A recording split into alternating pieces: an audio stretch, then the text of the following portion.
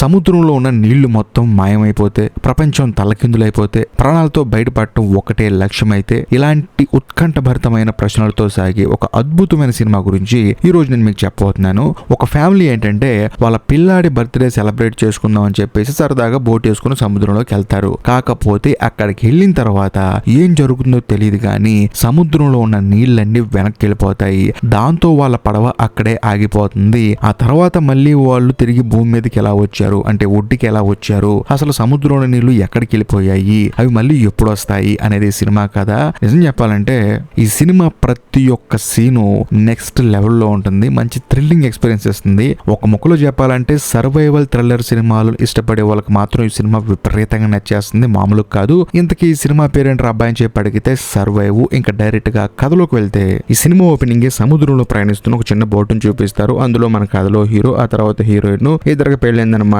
వాళ్ళిద్దరికి ఇద్దరు పిల్లలు ఉంటారు, ఒక అబ్బాయి ఒక అమ్మాయి. సో బేసికల్ గా వీళ్ళు నలుగురు సముద్రంలో ఎందుకు ప్రయాణిస్తున్నారంటే హీరో వాళ్ళ కొడుకు బర్త్డే, ఆ బర్త్డేని కొంచెం డిఫరెంట్ గా చేసుకుందాం అని చెప్పేసి వాళ్ళు సముద్రంలో ఒక చోటుకి వెళ్ళి అక్కడ బర్త్డే సెలబ్రేట్ చేసుకుంటారనమాట. అది వాళ్ళ ప్లాన్. అలా వెళ్తున్నప్పుడు హీరోయిన్ ఏం చేస్తుందంటే నేను స్విమ్మింగ్ చేస్తానని చెప్పేసి నీళ్ళలో దూకి స్విమ్మింగ్ చేస్తూ ఉంటుంది. కాకపోతే హీరోయిన్ వాళ్ళ కూతురు ఏంటంటే హీరోయిన్ చూసుకోవాలన్నమాట. తను స్విమ్మింగ్ చేసేటప్పుడు ఏదైనా ప్రాబ్లం వస్తే వాళ్ళ నాన్నకు చెప్పాలి. కాకపోతే ఆ అమ్మాయి ఏమో పాటలు వినుకుంటూ ఉంటుంది. మరోవైపు ఇంకో పక్క హీరో ఏం చేస్తాడంటే తన కొడుకుని తీసుకుని అవతల వైపు వెళ్ళి చేపలలా పట్టాలి అని చెప్పేసి నేర్పిస్తూ ఉంటాడు. వాళ్ళిద్దరు బిజీగా ఉంటారు. కాకపోతే హీరోయిన్ మాత్రం స్విమ్మింగ్ చేసేటప్పుడు తనకేంటంటే తనని వేరే వాళ్ళు లాగేస్తున్నట్టు అనిపిస్తుంది ఒకవైపు. అది చూసిన తర్వాత హీరోయిన్ ఆశ్చర్యపోతుంది, అదేంటి ఇలా జరుగుతుందని చెప్పేసి. ఆ తర్వాత తను తన పడవకి దూరంగా వెళ్ళిపోతుంది, అంటే బోటుకు దూరంగా వెళ్ళిపోతుంది. ఈదుకుంటూ వస్తూ ఉంటుంది. అయినా సరే పెద్ద పెద్దగా కేకలు వేస్తూ ఉంటుంది. బోటుకు అవతల వైపు ఉన్న హీరోకి తన కొడుకేమో వినపడవు. బోటుకి ఇటువైపు ఉన్న హీరోయిన్ కూతురికేమో చెవిలో హెడ్ ఫోన్స్ ఉన్నాయి. ఎలా వినపడుతుంది? దాంతో హీరోయిన్ ఏమో మునిగిపోతూ పైకి లేస్తూ సముద్రం తనను లాగేసుకుంటుందనే ఫీలింగ్ వచ్చేసి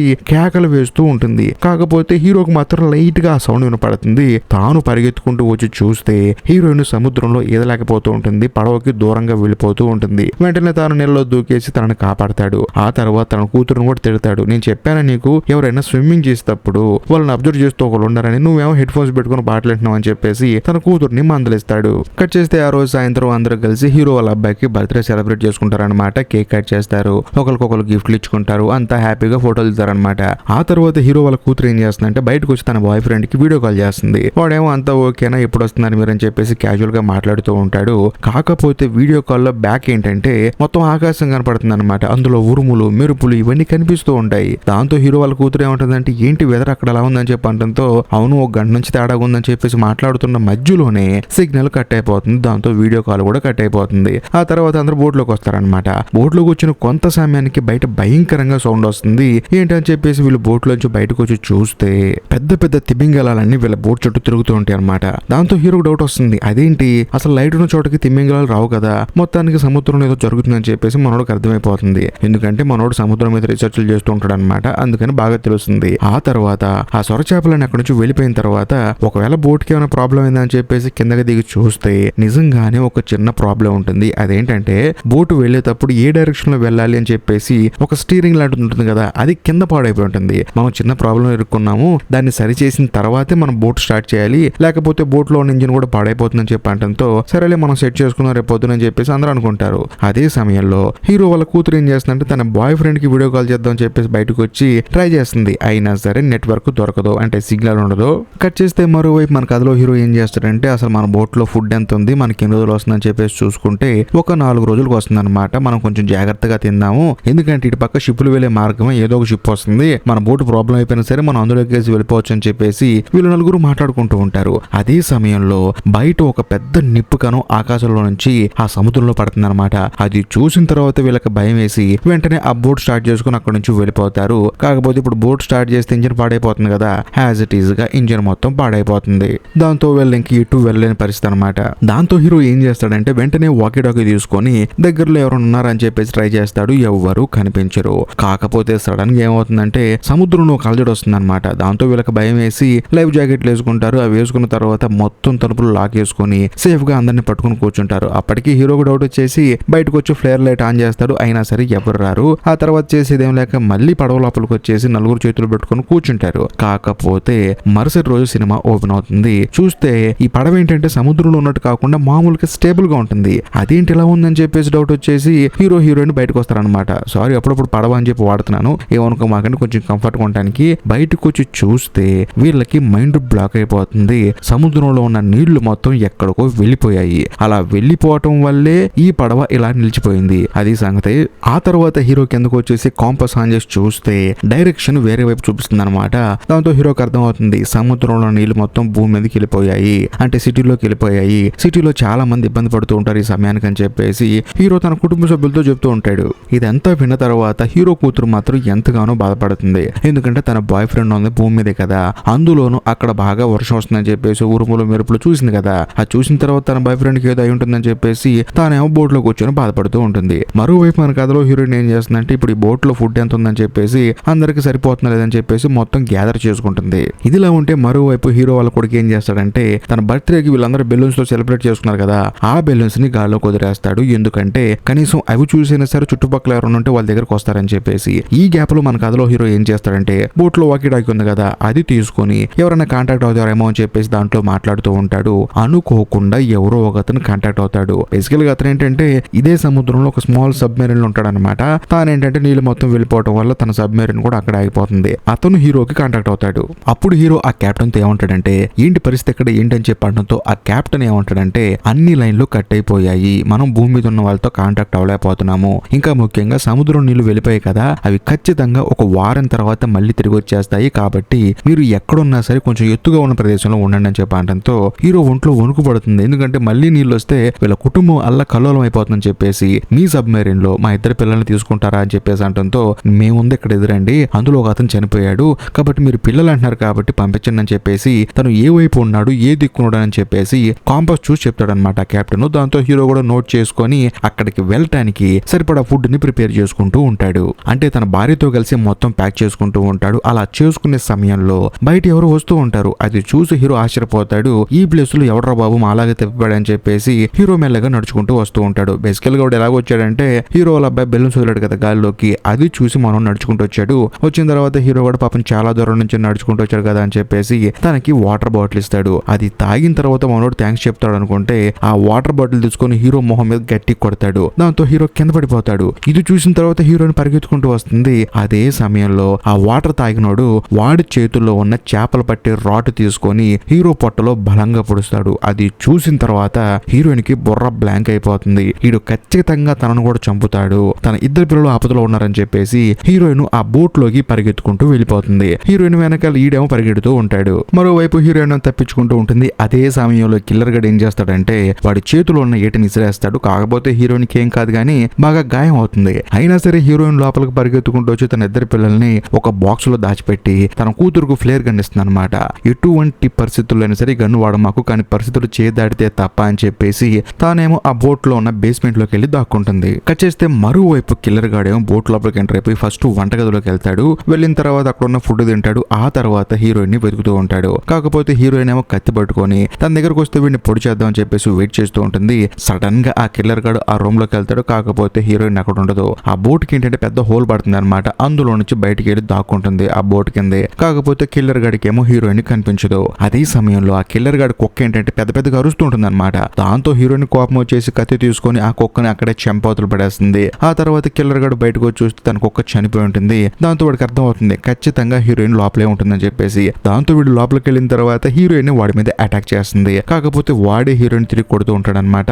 ఇదంతా లోపల బాక్స్ లో ఉండి వింటున్న హీరోయిన్ వాళ్ళ కూతురు ఏం చేస్తుందంటే ఇదే మంచి సమయం చెప్పేసి ఫ్లేర్ గన్ తీసుకుని వాడి మొహం మీద కాలుస్తుంది. దాంతో వాడికి గాయం అయిపోయి పక్కన పడిపోతాడు. ఆ తర్వాత హీరోయిన్ ఏం చేస్తుందంటే ఇద్దరు పిల్లల్ని తీసుకొని అక్కడి నుంచి పారిపోయేటప్పుడు వాడి మొహం మీద మళ్ళీ ఒక్కసారి తన్ని తన ఇద్దరు పిల్లల్ని తీసుకుని అక్కడి నుంచి పారిపోతుంది. కట్ చేస్తే మరోవైపు బోటును చూపిస్తారు. బోట్ లో ఫ్లేర్ గన్ కాల్చడం వల్ల బోట్ మొత్తం తగలబడిపోతుంది. ఇంకోవైపు మన కథలో హీరోయిన్ ఏం చేస్తుందంటే పడిపోయి ఉన్న తన భర్త శవం దగ్గరికి వెళ్తుంది. వెళ్ళిన తర్వాత పిల్లలు కూడా బాధపడుతూ ఉంటారు. హీరోయిన్ ఇంకా బాధపడుతుంది. ఆ తర్వాత ఇంకా లేట్ చేస్తే కిల్లర్ గడ్ వస్తాడని చెప్పేసి హీరోయిన్ ఇద్దరు పిల్లల్ని తీసుకుని అక్కడి నుంచి వెళ్ళిపోతుంది. మరోవైపు బోటు మొత్తం పేలిపోతుంది. కాకపోతే ఆ కిల్లర్ గడ్ మాత్రం అక్కడి నుంచి తప్పించుకొని వీళ్ళ వెనకాల పడుతూ ఉంటాడు. ఇది తెలుసుకున్న హీరోయిన్ ఏం చేస్తుందంటే ఇద్దరు పిల్లల్ని తీసుకొని అక్కడి నుంచి చాలా వేగంగా పారిపోతూ ఉంటుంది. అలా పారిపోయి ఒక చోటుకొచ్చి అవుతారనమాట కొండల మధ్యలోకి. అక్కడ ఏంటంటే కొన్ని నీళ్లు గారుతూ ఉంటాయి. కాకపోతే అవి చాలా ఉప్పగా ఉంటాయి. అదే సమయంలో హీరోయిన్ వాళ్ళ కూతురు తన తమ్ముడికి వాటర్ ఇస్తుంది అనమాట తాగమని. కానీ మనోడేమో తాగడు. ఎందుకురా అని చెప్పి అడిగితే ఏం లేదు, ఆ బెలూన్స్ పైకి వదలటం వల్ల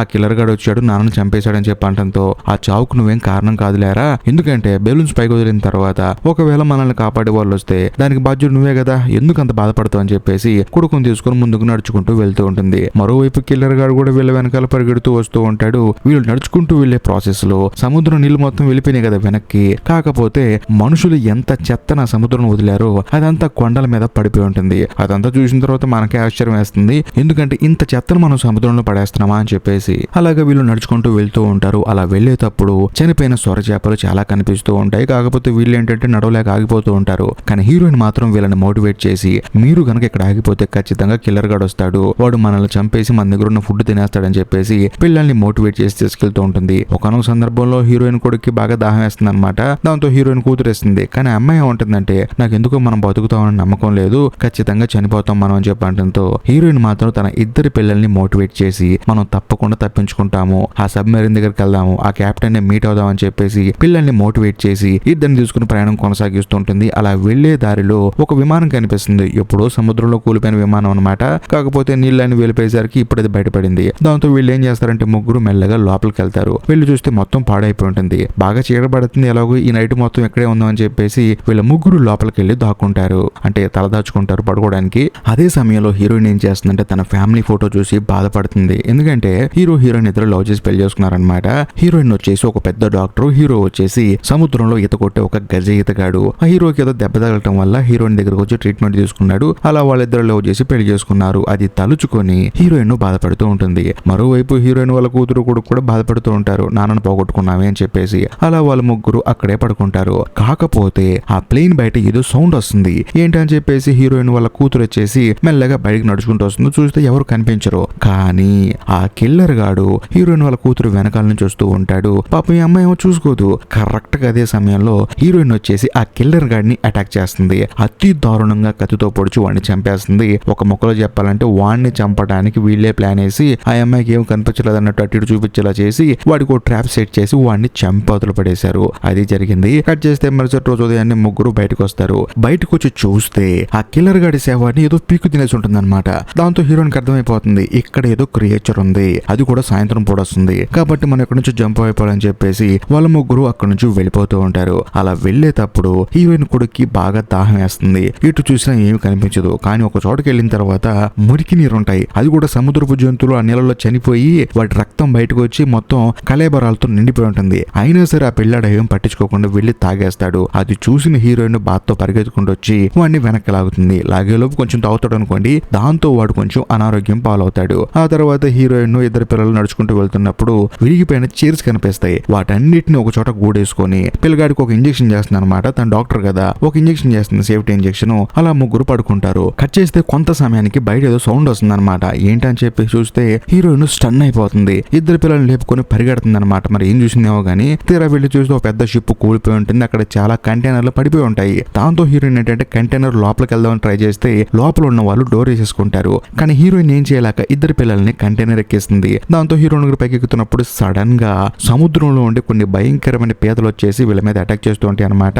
ఆ పీతలు చూసి హీరోయిన్ భయపడింది. అందులోనూ ఆ కిల్లర్ గాని కూడా పీకుతుంది ఈ పీతలే అనమాట. దాంతో హీరోయిన్ పైకి ఎక్కుతున్నప్పుడు సడన్ గా తన కాలును కొరికేస్తుంది. చిన్న గాయంతో హీరోయిన్ తప్పించుకొని పైకి వెళ్తుంది. కాకపోతే కంటైనర్ లోపల తలుపులు వేస్తున్నారు కదా, ఆ కంటైనర్ కి వేరే చోట హోల్ ఉంటుంది అనమాట. దాని ద్వారాగా లోపలికి వెళ్ళిపోయి లోపల ఉన్న వాళ్ళందరినీ చంపేస్తూ ఉంటాయి. లోపల ఉన్న వాళ్ళు ఏమో గన్నుతో కాలుస్తూ ఉంటారు. కానీ వాళ్ళు మాత్రం ఎన్ని పీతలను కాలుస్తూ ఉంటారు. ఆ పీతలు లోపలికి వెళ్ళిపోయి అందరినీ అటాక్ చేసి అందరినీ చంపవతలు పడేస్తాయి. మరోవైపు మన గదిలో హీరోయిన్ కూడా గాయం అవడం వల్ల తానేంటంటే సొమ్మసిల్లి అక్కడే పడిపోతుంది. కట్ చేస్తే మరుసటి రోజు ఉదయాన్నే హీరోయిన్ కి మెలకు వస్తుంది. లెగిసి చూస్తే తన ఇద్దరు పిల్లలు కనిపించరు. దాంతో హీరోయిన్ బెత్తరపోయి చుట్టూ పరిగెత్తుకుంటూ వచ్చి చూస్తే ఒక కంటైనర్ నిండా వాటర్ బాటిల్స్ ఉంటాయి అనమాట. అక్కడికి వెళ్ళి వీళ్ళిద్దరు వాటర్ తాగుతూ ఉంటారు. దాంతో హీరోయిన్ కూడా అక్కడికి వెళ్ళి వాళ్ళతో పాటు కూర్చొని వాటర్ తాగుతూ ఉంటుంది.